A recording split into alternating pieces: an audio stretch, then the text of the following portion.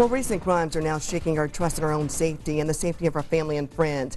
We're searching for answers about the root causes of crime, and we found them from a man who committed murder when he was only 13 years old. Tonight we go inside the Eyewitness News archives and uncover a surprise. We have video of the youngest convicted murderer in Indiana history.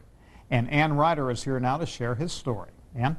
Well, John and Andrea, if there's any hope to tell here, it's in the cautionary tale.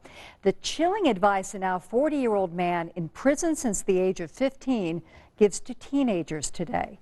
In a city with a crime rate spiraling out of control, we went inside one of Indiana's toughest prisons to hear what he has to say about the roots of this kind of violence.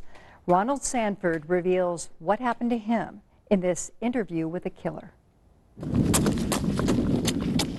Ron Sanford is running, but he's not going anywhere. Free time isn't free behind barbed wire. In Michigan City's maximum security Indiana State Prison, You lock up yourself? Yes, ma'am. in a 6 by 9 foot cell, You lock your door, you don't have to worry about nobody taking your stuff. Ron Sanford has grown from a boy of 15 to a man of 40. That's my statement. No man's your enemy, no man's your friend, every man's your teacher. He's had 25 years to consider how a single choice became his singular destiny. How a boy of 13 went from mowing lawns to committing murder. Police say Sanford tortured, beat, and then brutally stabbed 83-year-old Anna Harris and 87-year-old Julia Belmar countless times. I try to put myself in the position of the victims and how would I feel? You know, what would be the resultant effect of that? Something terrible. You know, somebody murdered my grandmothers or my mother, and just, how do you ever get over that?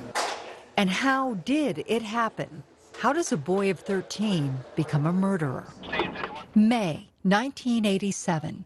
We captured Sanford's downward spiral as he sat in the back of a police car for cutting school. How come you left school today? We never went to school. At Shortridge Middle School, he was paddled and reprimanded. If this happens again, you borderline. I'm keeping you here.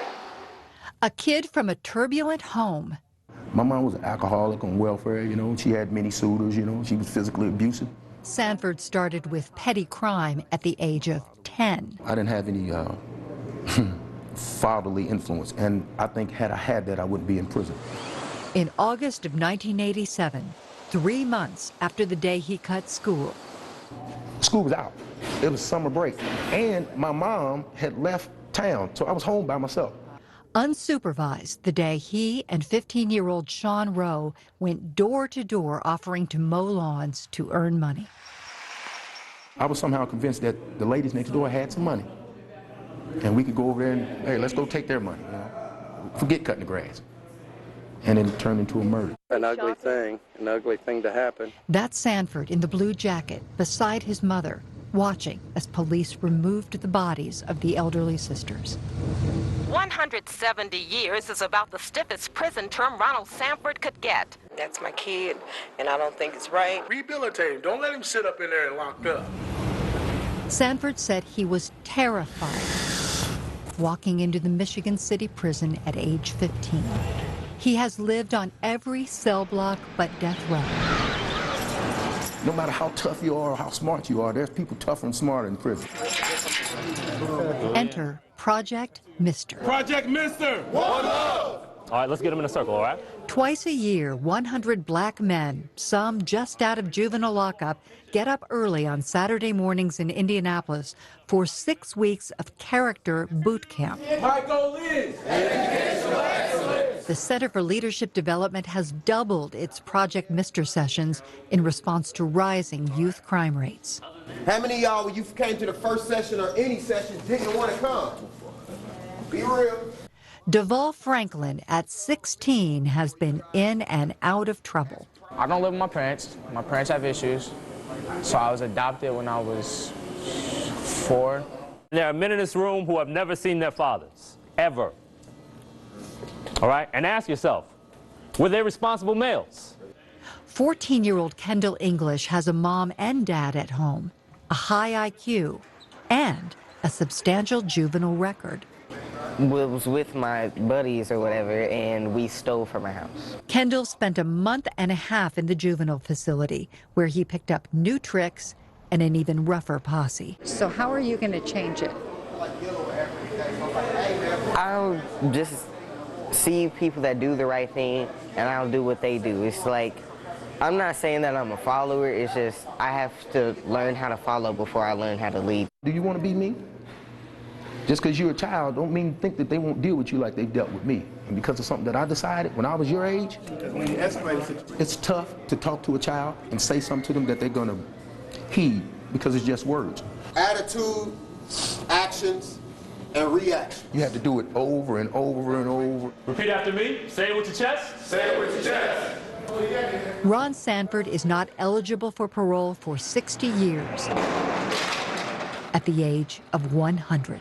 Believe me, they will take your life from you if you give it to them. You still got a chance because you're still young. It's all about your choices.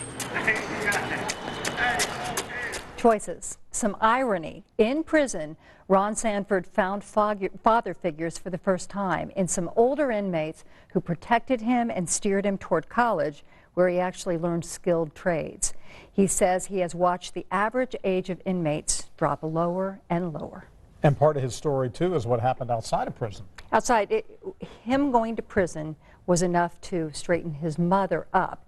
His mother got help. She's now clean and sober, married. She returned to school to pursue a nursing degree, and she visits him regularly, but she did decline my request to be interviewed for this story.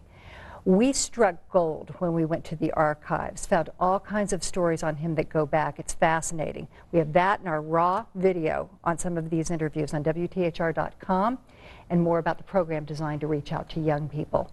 I think the idea is we need more and more of these programs to fill in the gaps. Well, let's hope that it has a good effect. Hope so. Thanks. Right. Thank you. And one of the issues Ron just mentioned was his idle time in the summer. Now, he told Ann that he was home alone and unsupervised when he committed those crimes. Now,